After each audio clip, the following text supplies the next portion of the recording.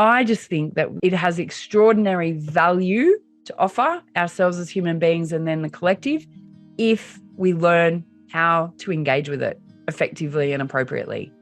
Welcome to Messages from the Body. My name is Kelly Vanyai and I'm a hypnotherapist. And Rebel Black, human agronomist, has asked me to take her into a trance so that she can receive messages for the collective from the body. As a human agronomist, Rebel knows exactly how to get the best out of people, no matter what circumstance you're in life. This information and advice, however, is of a general nature and is not intended as diagnosis or to replace medical advice. We always recommend that you seek your own advice from these sources where needed. Should you find yourself needing more personalised support, private coaching is available, so just reach out. There is a trigger warning here, as some of the topics discussed can sometimes be of a sensitive nature. If you are struggling with a mental health challenge currently and find yourself triggered by any of the topics discussed and feel you need to talk to someone immediately, we have provided a list of Australian services below that you can call to speak to somebody. For people listening from overseas, we recommend searching online for equivalent services in your area. The discussion you are about to hear was recorded following the trance state channeling I took Rebel through for her membership Wild Women. That's WHYLD Women, Wild Women. So if you enjoy this and you are a woman seeking to ask and answer her own whys in life and would like to be a part of a growing community of women with the same interest in self-inquiry and growth, the link to join is wildforwomen.com. That's WHYLDFORWOMEN.com. And you'll find that link below in the description. But for now, we hope you enjoy this episode of Messages from the Body. Now coming gently back into the room. 1, wiggling your toes and your fingers. 2, taking a big deep breath and giving your body a stretch. And 3, opening your eyes, coming back into the room. Hello. What a fantastic set of messages that have come through. Do you remember much from what came through? No, I really got this strong sense of like very old wounding. Like it's was like ancient. Like I felt like there was an ancient Roman warrior who died on the battlefield, whose life we would say was in vain. And it feels like that's the message coming through from that warrior through this wounding. It's like that was the wound that killed them, and they felt like I didn't get to share my message, and now they did. So that's good. A message that there is no pain in vain then perhaps. That's right. That it's all there to serve us in some way. Yep. At some point in time, maybe not in this lifetime. Yeah. The part of inquiring more and taking that sign of the discomfort, whether it's physical pain or emotional pain, as an opportunity for inquiry, I think is going to be really beneficial for a lot of people. So thank you for sharing that part. Yeah, I think it's like a thing that some people do, and then naturally, they're just self-inquiring naturally, and then other people find their way to it through mostly some sort of trauma or, challenge where they end up in therapy or, in some sort of supported mechanism where they've just, they're taught about something simple like journaling or writing down their thoughts or, whatever exercises it might be that they've come to. But if you've never entered into, if it doesn't come naturally to you, I've never entered into sort of the therapeutic type space, how would you know to self-inquire? It's not something that our education system teaches. Our education teaches the teacher has the answer over there, and your only job is to learn it by rote and give it back to us in some other form.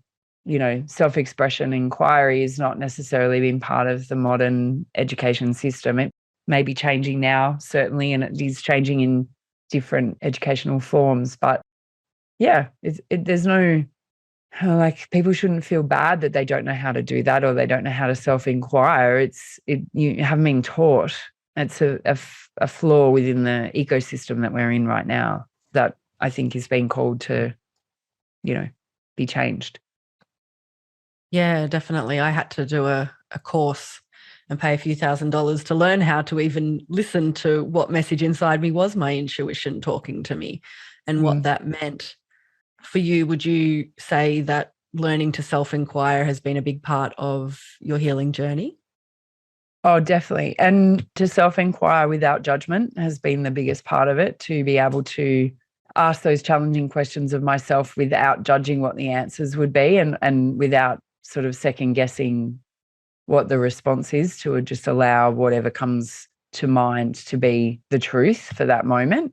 But I think that it's paying attention to the voice in your mind, and took me a long time to even say that out loud, because as a child, I think I remember knowing there was a voice in my head, but I also remember hearing that people with voices in their head were crazy and that was a bad thing.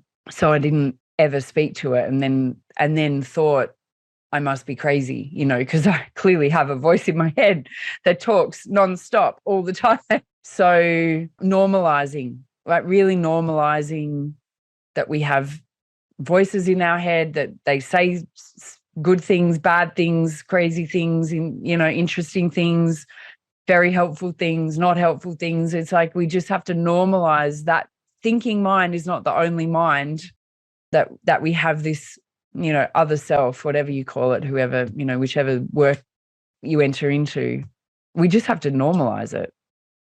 It was a tricky thing for me to, like, when I first started down this path, like when I got to the point where I started to actually become aware of this voice in my head, for me it's thoughts. I don't hear it as a voice. So just that word for me, it's more like there's thoughts in my head. Now yes. I kind of hear it as an external, like as a voice separate to who I identify with as my highest self. Yeah. But there was a time where I didn't know that those thoughts that were running my life weren't me. Yeah. Because I was so identified with them. That's right. And identity. The biggest part of the challenge in the beginning for me was actually I could hear them like they were running my life. And I didn't realize I was having a conversation with myself. The thought would think something negative and I'd try and ask a question. We're like, oh, but, it would say you're terrible and you're useless and nobody loves you. And I'm like, oh, but what am I going to do about it? And I'd have that kind of back and forth conversation, and it wasn't very productive. And to even get to a place where I had enough awareness to say those thoughts I'm thinking aren't the truth. Was the biggest hurdle. And so everything that you've shared it's so helpful.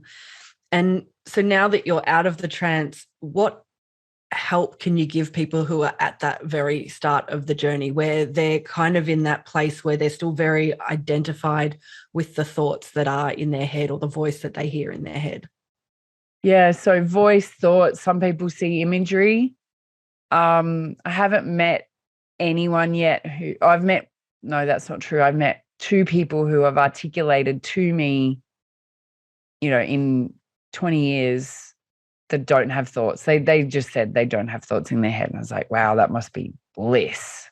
I've met one of those as well. I'm like, what do you mean you don't think? He's like, what's thinking? I'm like, well, the stuff you say to yourself in your head. He's like, I don't do that. I'm like, how?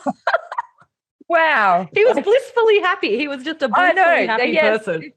The 2 people I met too, they were as well. It was just like radiated. I'm like, and so we would look at someone like that and think, how can we be like that? Well, I don't know. I mean, maybe you do eventually reach a state, but I know that, people like the Dalai Lama and very enlightened spiritual teachers also still talk about the narrative going on in their mind, whether it's thoughts or imagery or voices, however we all experience that. So I think this is where the body becomes really helpful in my experience. Is the body becomes really helpful to start to discern the difference between the thoughts you think. This is how I describe it. The thoughts you think, or there are thoughts you're given, and they have a different feeling about them. It's like, and it'll be different for everybody, but it's like the thoughts you think just live here.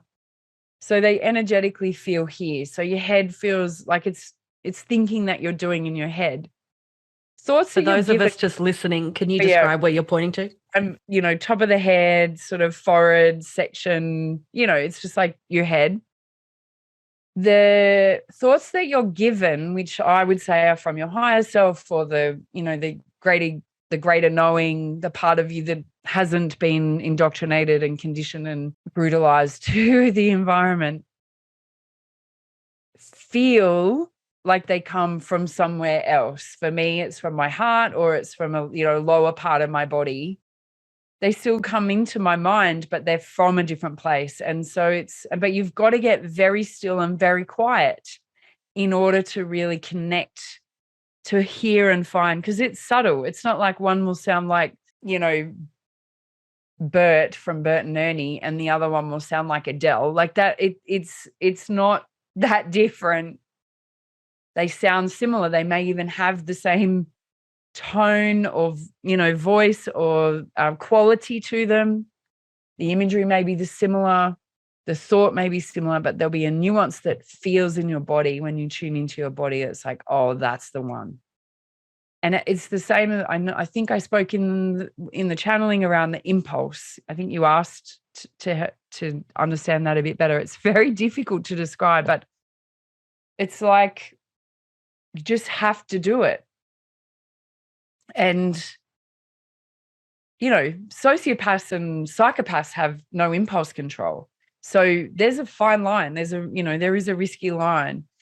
But sociopaths and psychopaths are operating from their thinking self in an impulse reaction, not from their higher self. So all of this is nuanced. It's contextually incredibly important, because, of course, there's also people who have, multiple personalities and split personalities and, clinically diagnosed medical conditions around thoughts in their head, which was what I was, being told as a child, that the thoughts in your head mean that you've got bipolar or schizophrenia or, any of those sort of clinical diagnoses. Those things are all quite real as well, in the psyche, where the psyche's been split. We judge them as bad.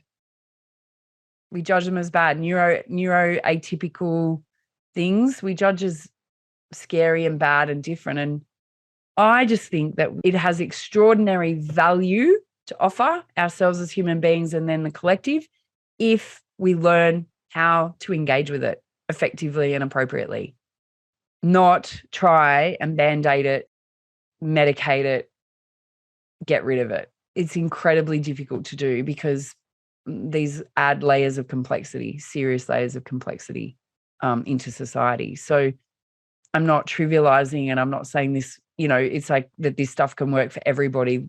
People need to get really genuine support around them if this is a struggle for them. But to not inquire into those aspects of ourselves is doing a disservice. It's just genuinely doing a disservice. Part of what you channeled through was, from the discomfort, afterwards there's that good feeling that then outweighs the discomfort, or so it's sort of like the ends justifies the means in a way. Yes. With the gym, and you go work out hard and that's difficult, yes, but you're focused on how good it's going to make you feel afterwards, and that's what gets you through. And so perhaps if we allowed mental health to also be open to looking at how is this serving us, that perhaps there are answers in there that we haven't found yet. But more and more places are opening up with alternate ways of treating different conditions like schizophrenia, and having great results that are outside of, say, a medical environment. So there's definitely scope for it to be something other than what we have assumed that it is. And that inquiry gives us that opportunity to see. Yeah. Well, I think it's our natural instinct to control something that we don't understand. It's like it's the point at which separation happened, where humans thought that they were separate to nature. So it's like, well, if we don't understand it, we should control it, which we then do through the various means that we have for that. But the more that we do that, the less we then understand, and we're really only then understanding through a very narrow lens of how to control it, not how to understand it. And so I think to me, it's exciting, like the exploration of neuroscience and epigenetics and all the new sciences that are coming through is so exciting, because it means that we can tap into potential that we haven't had access to, because we've been afraid of those things and then just, suppressed or controlled them. And that goes for the individual as well as for, the collective and humanity. And that sounds very similar to what you were saying in the channeling about the pain and about not trying to go into the level of the mind with it, which in a way, I guess, is trying to control it and make it go away by putting a Band-Aid on it, rather than being okay with the fact that there's discomfort there and learning from it. I mean, what's just sprang to mind is the whole movement that Wim Hof has led around ice baths, right? It's it's like, let's put ourselves into discomfort to see what happens. And yeah, you can take that to extreme and do some genuine damage, the same as you can in the gym, the same as you can with food. Anything that we have access to can become an addiction, and anything that moves into addiction becomes unhelpful in the long run. But I think the level of curiosity around what's possible in discomfort is getting exciting. And it's like, and rather than being like, oh, let's rescue these people from discomfort, it's like, well, what is this here to teach us? What are we here to learn? What new technology, what new understanding, what new opportunity will arise in the space that we're allowing to be in the discomfort, instead of like just pasting over the top of it so nothing else could ever grow. I think the Wim Hof stuff to me is, it's kind of become a movement of, in a fun way, in a fun sort of activating, playful way, becoming good at being in the discomfort. And interesting too that the key there is the breath. And the key is the breath. That's right. Absolutely. It's the breath that's used in meditation to be able to come to a place of deep stillness.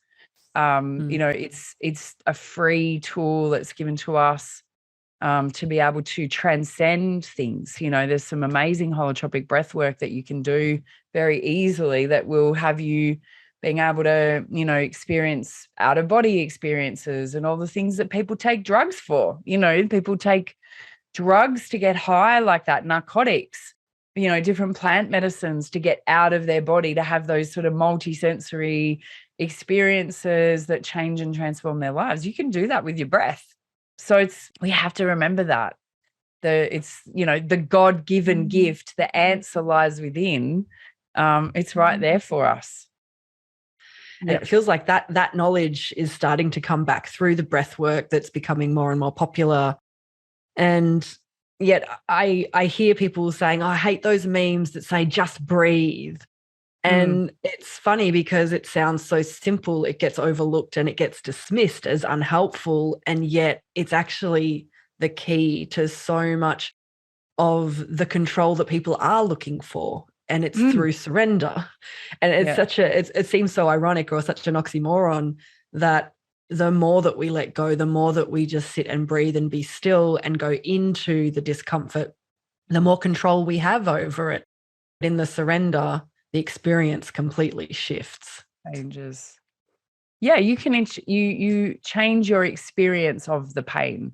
You may or may not necessarily change the pain itself, but you can change the experience of the pain through the breath, through the space, and then through the thoughts that you start, that you can recreate new thoughts and new thinking around that. the experience of that wounding, whatever it is, whether it be emotional, physical, spiritual, mental. Pretty exciting. It is very exciting. And I think it's wonderful to have evidence in our society for the masses to see that through discomfort, that peace and even exhilaration can be reached through the Wim Hof as an example. It's really starting to bring into more of the collective consciousness that pain isn't always what it is, and that perhaps our interpretation of it is where the problem lies, not the thing itself. Yes, the meaning that we make of it, the event that has no meaning. It's such an exciting example for me too of what humans are capable of. When I first saw him swimming in the Arctic or in budgie smugglers in icebergs, I was like, that's possible. People can do that. What else is possible for us? And that inquiry changed a whole bunch of thoughts in my head. And so hopefully people listening to this are getting a sense of that in themselves, that maybe they haven't experienced it in their life, but what else is possible that they haven't yet thought of? Yeah. Possibility thinking is a beautiful shift, I think. What else is possible is a great place to round out this conversation, I think. That's the calling then, is it, to think more of the opportunities? So how would you summarize that for us? Well, I think the thread of today is really, deep inquiry, breathing, making space and time, making time and space for breath, for inquiry, and for asking what else is possible. Beautiful. Well, I hope that has been inspiring for those of you who are listening today, so that you can start your own journey or deepen your journey wherever you may be in that journey, to keep inquiring and keep allowing the messages that come through to serve you, to keep moving you forward in the direction of healing. And thank you so much, Rebel, again, for sharing all that wisdom from your body. It's my pleasure, Kelly. Thank you. And we'll look forward to everybody tuning in on the next episode. Bye for now. Thank you so much for tuning in, and remember to check out the links below if you'd like to continue working with Rebel through her membership, Wild Women.